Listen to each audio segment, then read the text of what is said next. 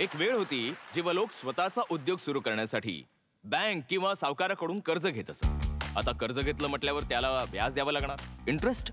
म्हणूनच आम्हाला त्यात काही इंटरेस्ट नाहीये. मग व्याज वाचवायला लोक IPO शेअर मार्केटमधून पैसे उचलू लागले. पण शेअर मार्केटमध्ये रिस्क तर असतेच, तुम्ही पाहिलं असेलच. तर त्यासाठी स्टार्टअपच्या जगाने एक अशी पद्धत शोधली ज्यात रिस्क नाही, फक्त आणि फक्त इश्क असेल. काही असे लोक ज्यांच्याकडे फार पैसे, बस तुम्ही त्यांना तुमच्या व्यवसायात हिस्सा द्या आणि त्याऐवजी पैसे घ्या.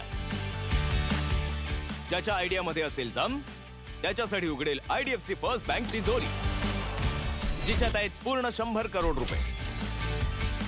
आणि हा कॉर्पस फंड बदलेल इथे येणाऱ्या आयडियाबाजचं नशीब आणि भारतीय स्टार्टअपचं चित्र. तर सरळ धंद्याच्या गोष्टीवर येऊया. तर चला बोलूया आयडियाबाजच्या इन्व्हेस्टिंग टायटन्सना, देशातील पहिले organised shoes manufacturer.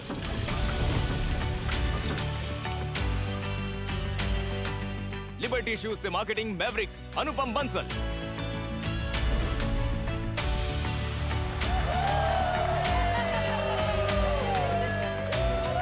Award winning journalist आणि एंटरप्रेन्योर.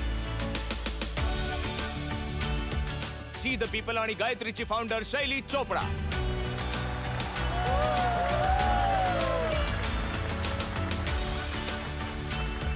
प्राचीन युगातील आयुर्वेदाच्या ज्ञानाला आधुनिक उद्योगाशी जोडून लाखो घरांपर्यंत पोहोचवणारे, परंपरा आणि परिवर्तनाचे परफेक्ट कॉम्बिनेशन, यंग एंटरप्रेन्योरचे फेवरेट अर्जुन वैद्य. जोरदार टाळ्यांनी स्वागत करा इंदोर ते अमेरिकापर्यंतचे बिझनेस पारखी, serial investor, VC from Washington DC, Sandesh Sharda.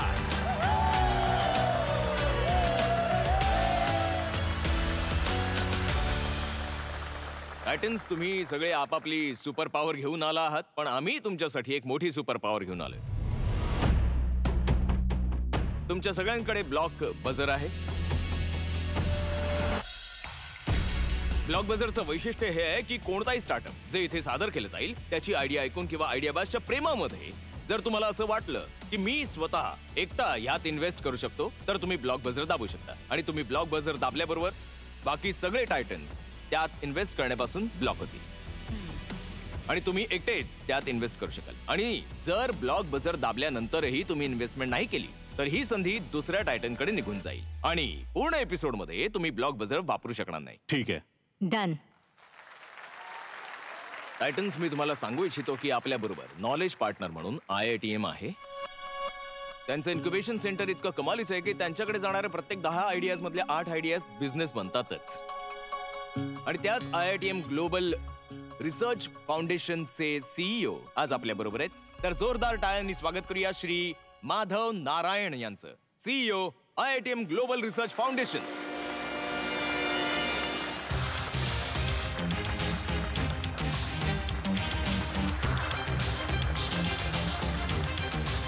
Welcome. तुमचं खूप खूप स्वागत आहे या मंचावर आणि आम्हाला खरंच अभिमान आहे की तुम्ही आमच्या बरोबर या मिशन मध्ये सहभागी होतात. धन्यवाद. आयडियाबाजचा पार्टनर होणं हा आमच्यासाठी अभिमानाचा क्षण आहे. जगामध्ये भारत ही तिसरी स्टार्टअप इकोसिस्टीम आहे. 1,60,000 स्टार्टअप रजिस्टर झालेत आणि 70% त्यातील मुख्यत्वे मेट्रोपॉलिटन शहरातले आहेत. आयडियाला भाषेचं बंधन नाहीये, पिनकोड नाहीये आणि सर्वात महत्वाचं जेंडरही नाहीये.